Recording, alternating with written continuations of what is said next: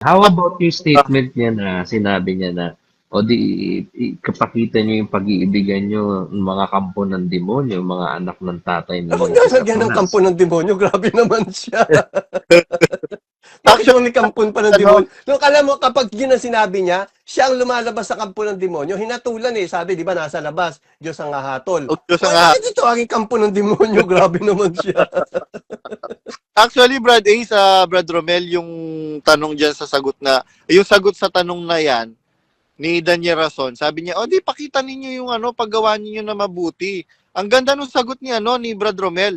Bakit ko ipapakita yung paggawa ko na mabuti? Ang utos, wag ipakita eh. Hindi ba? Tinetempt niya tayo. Actually, mali yung ginawa niya na yon. Ginagamit siya ng Diablo doon. Ang utos, huwag ipakita. Tapos sasabihin niya sa akin, ipakita ko. Ba't ko ipapakita? Correct. Tempt yun eh. Oo. Ang sasabihin ko sa kanya, Satanas, lumagay ka sa likod ko. Actually, merong mga kapatid ang lumalapit sa akin.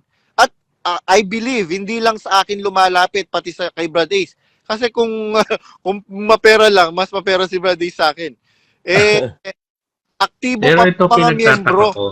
Mga Brad aktibo Badong. pang miyembro, Brad Ace, yung mga lumalapit. At binibigyan natin, sabi nga nung isang tinulungan natin, Brad Badong, alam mo ba, lumapit ako sa manggagawa. Wala daw pera.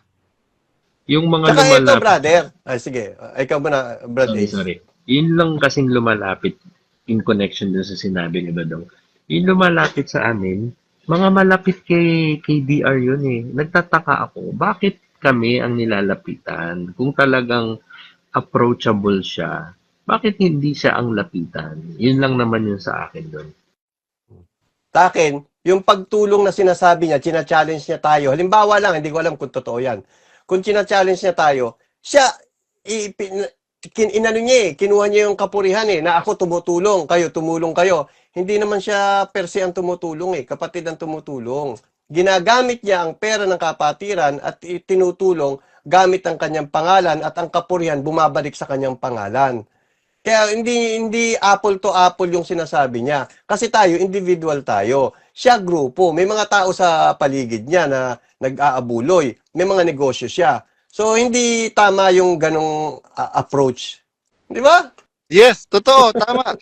Precisely. Hindi ako galit kay Kuya. Baka akala nyo galit ako Ano lang to, usapan ano lang to kung sinabi man niya yon. Kasi hindi ko alam kung sinabi niya yun o hindi Yes.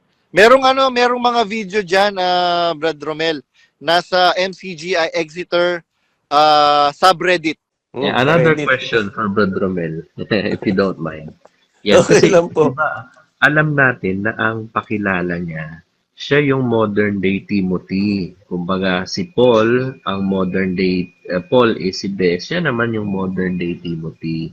Ang question ko dyan is, kung si Timoteo, inatangan siya ng evangelization, ng pangangaral na kagaya ng ginawa ni Pablo, bakit sa tingin mo maraming panahon si KDR na mag-game show, kung ano-anong ginawa niya sa KDRA, kung ano-anong programa. Pero yung pagba-Bible Expo na ginawa ng kanyang predecessor, kahit isang araw lang, hindi niya magawa. What do you think ang dahilan, Brad?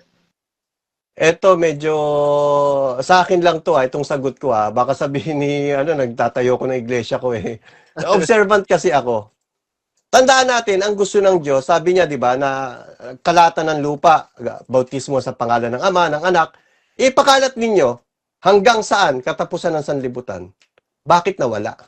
'Yun ang tanong. Kung siya yung dating Timoteo, pwedeng yung dating Timoteo nga kagaya niya na nagbulakbol. Hindi niya nakalata ng lupa hindi niya na ipagpatuloy na wala Obserbasyon ko lang yun hindi ko sinasabing hindi maliligtas si Timoteo. Pwede maligtas siya kaso nga lang nagpabaya siya. Kung totoo man na hindi niya kasi utos yun Bakit hindi mo natupad? Yun lang observation ko lang yun hindi ko sinasabing si Timoteo Sabi ko nga itong si Kuya baka si Timoteo to katulad ni Timoteo nagbulakbol. Kaya nakita mo ano nangyari sa iglesia ngayon. Pwedeng mawala. Si Brad Badong. Napaisip. Hindi, nangangatog yung yung katawang lamig. So yun lang yung ko na kaya nawala iglesia na ipasa kay Timoteo. Si Timoteo hindi rin masyadong maingay tulad ni Pablo Di ba, San Pablo, talagang palaban yun eh. O si Timoteo, ano nangyari? Yun lang. Ano? So, wala na palang aasahan, Brad Romel. Wala na bang aasahan yung mga kaanib dyan pag ang Hindi, meron. pag-uusap? Meron. Tandaan natin, ang sabi sa Biblia, yung gawang mabuti, hindi kalilimutan ng Diyos yun. Kung halimbawa man, nung panahon ni Brad Eddie, gumawa tayo ng mabuti, panahon ni Kuya, gumawa sila ng mabuti, hindi naman titignan yung laki nung ibinigay nila eh. Saan ba napunta yung ibinigay nila eh? Ang titignan dun yung nagbigay. Nagbigay ka ba na ang intention mo ba ay makatulong sa kapwa? Kahit na nilaspag yun nung tumanggap, titignan ng Diyos yung giver. Ano ba yung nasa puso niya? Amen. Kaya sabi ko nga, dyan sa mga nasa loob dyan, hindi ko kayo ni-encourage lumabas. Kung napabuti kayo sa MCGI, manatili kayo sa MCGI. Dahil kung meron mang kasalanan si Daniel Rason, pananagutan niya yun sa Diyos. Basta Even kayo, maging mabuti kayo. Ako rin Yeah, po, what Brad Ace, Brad Romel, ako rin, I am not encouraging yung mga kapatid na lumabas. Kaya nga sinasabi ko if you still think that staying in and remaining in that church will make you a better person, will still make you a better person, then stay. Same thing, mabuti. Sa Muslim, diyan kayo naging mabuti. So manatili kayo dyan. Hindi na natin pag-uusapan dito, tao ba si Kristo, Diyos? Hindi na. Oh, Ang tama. pangalan niya, Allah ba o kung ano man, hindi na. Actually, Brad, binuksan mo yung ala. Alam mo ba ang translation kung sa English ng ala? Nakalagay sa English God eh. God talaga. Sa mga Christian churches sa Egypt, pagka nananalangin sila, Allah. Ako naman, brother, hindi ko na pinoproblema ngayon yan. Kung ano yung nakasulat sa Biblia, ba tinawag siyang ama, di ama. Correct. Ganun na lang, hindi ko na ginagawang komplikado ang kaligtasan, brother. Dati kasi masyadong komplikado eh. Yeah. Ngayon hindi na. Actually, brother Romel, hindi naman talaga komplikado ang kaligtasan eh. Tao lang ang gumagawa ng komplikasyon sa kaligtasan. Tao lang ang gumagawa. Kaya nga sabi sa Biblia, walang awa sa hindi nagpakita ng awa. Yes, yan. Ang awa lumuluwalhati sa araw ng paghukom. Pwede na yan. Hindi ang iglesia lumuluwalhati sa araw ng paghukom. Hindi ang paniniwalang Diyos si Kristo ang lumuluwalhati sa araw ng paghukom. Hindi Kristiyano ang lumuluwalhati sa araw ng paghukom. Hindi ito brother, paputo lang kita ron. Yung kasing Kristiyano, yun yung tagasunod ni Kristo, kaya importante rin na maging Kristiyano tayo. Actually, Kung brother, tayo naniniwala tayo sa Diyos at naniniwala tayo na sinusunod natin siya, so maituturing natin ang sarili natin na Kristiyano. yes. May mali lang sa paniniwala natin. Ayun. Pero Kristiyano pa rin tayo. Ayun. Alam mo ba, brother, kung sino ang nagkumukonforme sa yung matandang manggagawang kabatch mo sa pagkakabot mo? Sa paghahala tayo edad namin. Tama, sabi niyang ganyan. Totoo yun. Alam mo ba ang tumawag sa mga tagasunod ni Kristo na Kristiyano, hindi naman yung mga mga tagasunod ni Kristo eh. Mga hindi tagasunod ni Kristo ang tumawag sa mga tagasunod ni Kristong Kristiyano. Yes. At nagpasimulang tawagin silang Kristiyano sa ganito. Ngayon, babalik ko sa doon sa sinabi ko sa Santiago. Sapagkat ang awa ay lumuluwalhati sa araw ng paghuhukom. Kahit nasa totoong iglesia ka, granting for the sake of argument, na totoo yung iglesia ninyo, MCGI. At kahit anong gawing mabuti, pagka nasa labas ka ng MCGI, colorum, hindi valid, hindi credited, walang ganon, Mars, walang ganong mababasa sa Biblia. Bakit?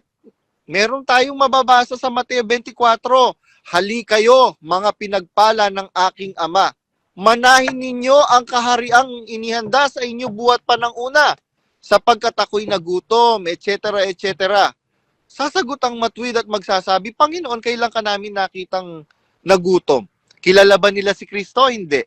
Hindi nila kilala. Kaya nga nagtataka eh. Kailan ka namin nakitang nagutom at pinakain ka namin? Naging hubad, pinaramtan ka namin. Katotohanang sinasabi ko sa inyo, sapagkat anumang ginawa ninyo sa malilit na ito, ginawa ninyo sa akin.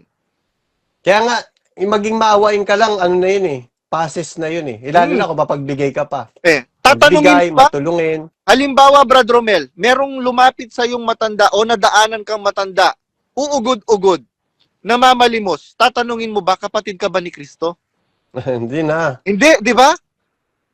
Out of your compassion, merong kakatok sa puso mo, out of your compassion, tutulong ka. Ngayon, yun yung tatanawing utang na loob. Sabi ng Biblia, ang naawa sa dukha, nagpapautang sa Panginoon. Meron bang nakalagay? Ang naawa sa dukhang MCGI member, nagpapautang sa Panginoon. No. It is a general pronouncement. Ang naawa sa dukha, whether yung dukha ay Budista, yung dukha ay Muslim, yung dukha ay Iglesia ni Cristo, the fact na naawa ka sa dukha, regardless of his denomination or his belief, nagpapautang sa Panginoon. Kaya nga, pagdating sa bagong tipan, walang awa sa hindi nagpakita ng awa, sapagkat ang awa lumuluwalhati sa araw ng paghukom, in the day of judgment. Tsaka ang sa kapatiran ito sa MCGI. Kasi naging yung kuya, yung pagtulong, kuya. Sa mga kapatid sa MCGI, huwag ninyong i-discredit yung sarili nyo. Tandaan nyo, lahat ng tulungan na ginawa dyan, lahat ng mga taong tinulungan dyan, kasali po kayo. Huwag nyo masyadong i-praise si kuya kasi baka masyadong matuwa ang kanyang puso at kainin ito ng sistema. Pag-iingat na rin kay kuya yon. Pag-iingat na rin kay kuya yon.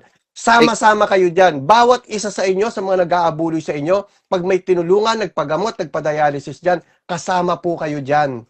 Huwag yung, pasalamat kayo kay kuya, pasalamat kayo kay kuya. Hindi, ituloy niyo yung sinasabi ni Brother Eli, salamat sa Diyos. Huwag na yung pag-ibig. Well, salamat sa Diyos, sapat yun. Sapat yun. Salamat sa Diyos. Kabuuan na yun. Exactly. Huwag na natin masyadong purihin yung tao. Kasi nagiging sa kanya yun eh. Inililigtas nyo rin yung kaluluwa niya. Nalulunod siya sa kapurihan.